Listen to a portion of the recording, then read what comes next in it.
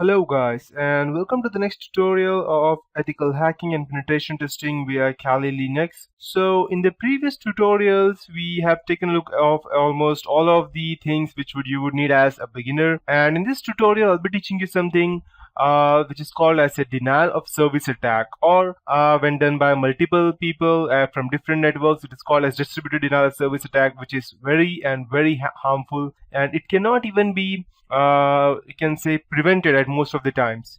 So in this tutorial I will be teaching you denial of service attack, that is DoS, and distributed denial of service attacks. And you don't need to be an expert in anything to go ahead and do a denial of service attack, just a few basic things and you can do that. So to start with, the first thing that I would ask you would be that what is DoS and what is DDoS? What are the effects of DDoS, levels of DDoS, preventing?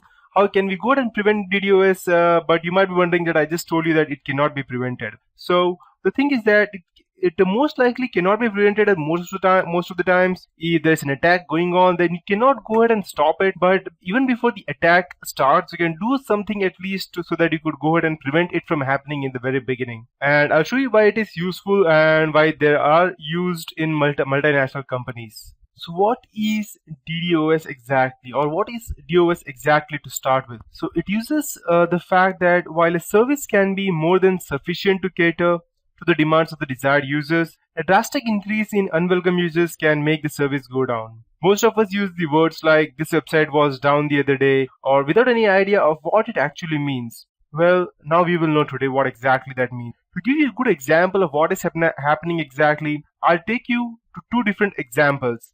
And if you still want to know what exactly or how it works exactly, then you can go ahead and check on this specific the people. They are known as anonymous, so you can go ahead and search about them as to who exactly they are. And okay, so anonymous is a group which most people don't know of exactly who they are, because they mostly consist of random people, and they call themselves as hacktivists, and they normally go ahead and DDoS a lot of networks, and some of them have been caught, but you cannot go ahead and actually catch all of them, because they can be any one of us. It can be you, me, or anyone else. So anyone who wants to be anonymous can just go ahead, wear a mask, and help go ahead and doing an attack or anything. So they have done lots of other things. They have even done some kind of attacks on different countries as well, and still they are unable, people are unable to catch them. Even FBI is behind lots of them, but it's simply not possible to catch all of them. And they were the first to they were not the first to go ahead and do this attack, but it's because of them that this attack became so famous that people came to know about the importance of a distributed denial of service attacks, because they almost do this in any kind of groups. That's why. So if you want further information, then you can go ahead and do that, go ahead and research on them. But today I'll be giving you the basic concept of how exactly this works with two examples. First thing will be a multiplayer online game, and second thing would be a bus stop. So to start with, scenario one would be a multiplayer online game. So now just consider you are playing an online multiplayer game. There are millions of other people who also play this game. Now there's a pool in the game over here that everyone likes to visit. Now you and your friends know that they have the power of numbers. So there are a lot of you, and together together you decide to make identical characters in the game. That means you make all of them look the similar. Then all of you go and block the access to the pool. You just carried out a denial of service attack. Yes, it's as simple as it is. The users of the game have now been deprived of a service which they had obtained the right to use when they signed up for the game. And this is just what the guys at 4chan, that is the birthplace and residence of Anonymous, they did a long time ago, this kind of games. And this is the basic kind of thing that gives you a very basic idea of what a denial of service attacks can be. So let's go ahead and take a look at scenario 2. Yeah, this is not exactly what I was trying to, but I could not find any other good, let's say, a good image. So I took this image from out of nothing. So let's assume that this is a train stop. So now assume that due to some reason you want to disrupt the train service of your city and stop the people from using the service. To stop the legitimate people from utilizing the service, you can call your friends to unnecessarily use it. Basically, you can invite millions of friends to come and crowd around all the train stops and take the trains without any purpose. practically it is not feasible since you don't have millions of friends, and they're not definitely going to waste their time and money riding aimlessly from one place to another just for the sake that you want to go ahead and block people from using it. But this is how it works in the digital world. So while this may seem impossible in the real world, in the virtual world, you can cause as much load as 1,000 or even 1 million users alone at the click of a button. There are many tools out there for this purpose. However, you're not recommended to use them as a DoS or on someone else, as it is illegal and it is very easy to detect since it also easily shows your IP address from where these packets are coming. So we will come back to this later on and do a DoS on our own computer. But as of now, I'll show you how this works exactly. And just before I go ahead and close this basic tutorial part, I'd like to show you the most famous tool which we use for attacking and hacking, and that is called as LOIC. And I'll just take you to the Wikipedia page as well. I'll just open the Wikipedia page, not on an alternate page. Okay, perfect. So as you can see, this LOIC is known as Low Orbit Ion Cannon. It is an open source network stress testing application for DoS attack.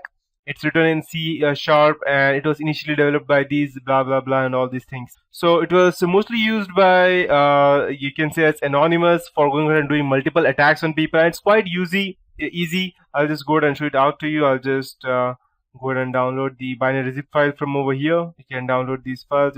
It's just like around 4 to 10 MB. I don't know exactly what's total. Okay, so I cannot go ahead and download that, I believe. My system is blocking me from downloading it. Never mind, since we won't be actually doing any kind of DoS attack on anyone else, I will only be using the Kali Linux to going ahead and doing the attack on my own system. I won't be needing that since LOIC is mostly used when you want to go ahead and do a DoS attack on anyone else's website or something. So we won't be doing a DoS attack on a website. We will only be doing that on a computer. So let's go ahead and start. Let me show you how it looks like in exactly our images. So, okay, so this is how the LOIC software looks like. So as soon as you download it from the SourceForge website, just double click it, it will start running, and make sure that your antivirus is disabled because it will most probably detect itself as malware. And you also have a LOIC application for in Google Play Store. Let me check whether they may have deleted that. Let me check. Okay, here it is. Okay, I believe that Google Play Store has removed this from their web page. The reason being that it may be used as for malicious purposes, but you can still find these applications out there. As you can see, we have over here LOIC 5.0, and that is the latest one, I believe. And yes, that's the latest one since I have the same in my cell phone. So you can download it over from here. So when you go and if you go and use your, you must be having a good cell phone, because you cannot do it from a cell phone which has like 512 MB RAM or 256 MB RAM. You need a good cell phone of minimum 1 GB RAM to go ahead and do that, else your own cell phone will be hanged. That's why. So it looks like this. You can go and enter the URL or the IP address of whichever computer or website you want to go ahead and start. Just click lock on, and the target will be selected. And just go ahead and select over here. It will be start flooding. And as soon as you can click start flooding, it will show stop flooding option, and you can go ahead and select the speed as well as to which you want to go ahead and actually attack. And you can go ahead and use the port, which port the person is actually using for its website, and the methods and threads depending upon the speed of your computer and everything. It will go ahead and shut down the computer or the website. So these things were used, and yep. That's it for this tutorial, guys. And in the next tutorial, I'll be teaching you as to why I was going ahead and teaching you all of these things. And there are multiple ways of doing DDoS attack, and you most probably will not be able to save yourself from everything. But I can surely go ahead and teach you as to how we can go ahead and save ourselves from this kind of attack. And in the next tutorial, I'll be describing in detail as to what exactly happens in between the DDoS attack in practical and how it looks like exactly.